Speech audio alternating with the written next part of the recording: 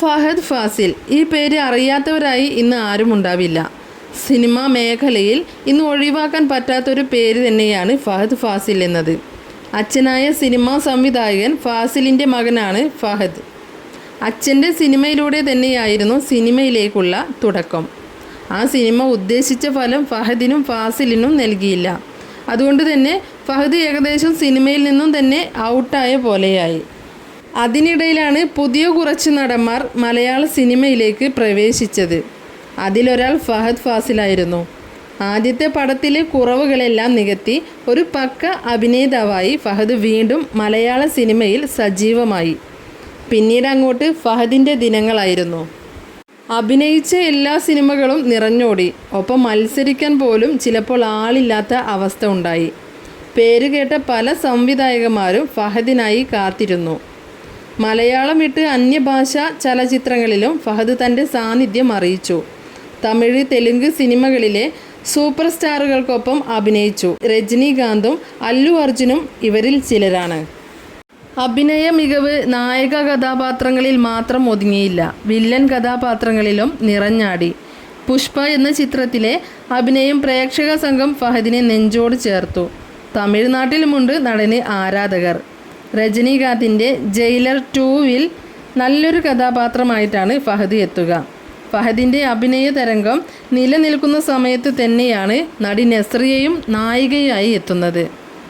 അവർ രണ്ടുപേരും പല സിനിമകളിലും നായകന്മാരായി അഭിനയിച്ചു.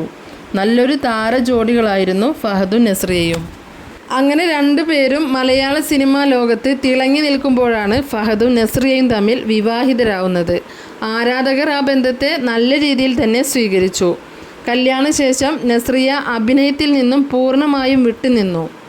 ദാമ്പത്യ ജീവിതത്തിലേക്ക് കടന്നാൽ പിന്നെ രണ്ടുപേരും തിരക്കായാൽ ജീവിതതാളം തെറ്റുമെന്ന ബോധ്യം കൊണ്ടാവാം നസ്രിയ ആ തീരുമാനമെടുത്തത്. എന്തായാലും നസ്രിയ പൂർണ്ണമായും പുറം ലോകവുമായുള്ള ബന്ധം നിർത്തി. ഇപ്പോൾ അടുത്ത കാലത്താണ് നസ്രിയ ചില മാധ്യമങ്ങളിൽ പ്രത്യക്ഷപ്പെടാൻ തുടങ്ങിയത്. നമ്മുടെ ആളുകളല്ലേ, അതിനെ ഏത് വിധത്തിലാണ് കാണുക എന്ന് പ്രത്യേകം പറയേണ്ടതില്ലല്ലോ. രണ്ടുപേരും പിരിയാൻ പോവുകയാണെന്നും ഫഹദിനെ പല പോരായ്മകളും പറഞ്ഞ് നസ്രിയ വാർത്ത സൃഷ്ടിക്കുന്നുണ്ടെന്നും പറഞ്ഞ് വാർത്തകൾ നിറഞ്ഞു നിന്നു. ആ ഇടക്കാണ് നസ്രിയ തൻ്റെ ഒരു പോസ്റ്റ് സോഷ്യൽ മീഡിയകളിൽ ഇട്ടത്. കുറച്ചു കാലം പിന്നെ അതായി വാർത്ത.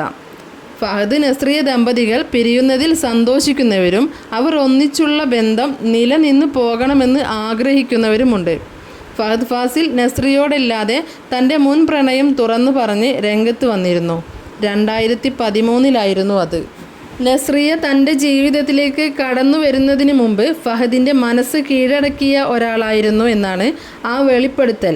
സിനിമാ മേഖലയിൽ തന്നെയാണ് അവരുള്ളത്.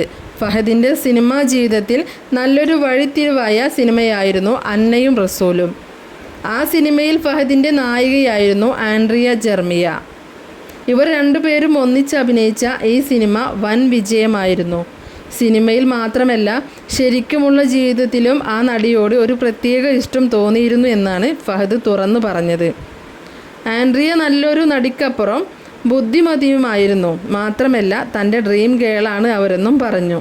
സിനിമ അഭിനയ സമയത്ത് താൻ അവരോട് അധികം സംസാരിച്ചിട്ടില്ല. എന്നാൽ ആ സിനിമയുടെ എഡിറ്റിംഗ് വർക്കുകൾ കാണാൻ വേണ്ടി ചെന്നൈയിൽ വന്നപ്പോൾ നേരിട്ട് കണ്ടപ്പോഴാണ് ആൻഡ്രിയോടുള്ള സ്നേഹം തിരിച്ചറിഞ്ഞതത്രേ.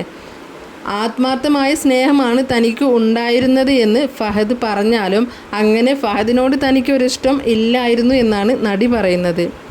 വിവാഹത്തിനെ കുറിച്ച് ആലോചിച്ചിട്ടില്ലെന്നും സിനിമാ കരിയറിൽ കൂടുതൽ ശ്രദ്ധിക്കുകയാണ് ലക്ഷ്യമെന്നും ആൻഡ്രിയ പറയുന്നു. പിന്നീട് ഇതിനെക്കുറിച്ച് ഫഹദ് പറഞ്ഞത് ഇങ്ങനെയായിരുന്നു: ആൻഡ്രിയയുമായുള്ള പ്രണയകാലം ഏറ്റവും മനോഹരവും പ്രിയപ്പെട്ട സമയങ്ങളിൽ ഒന്നുമായിരുന്നു. ഈ ജീവിതകാലത്ത് മറക്കാൻ പറ്റാത്ത ഒരു സംഭവമായും ഫഹദ് പറയുന്നു.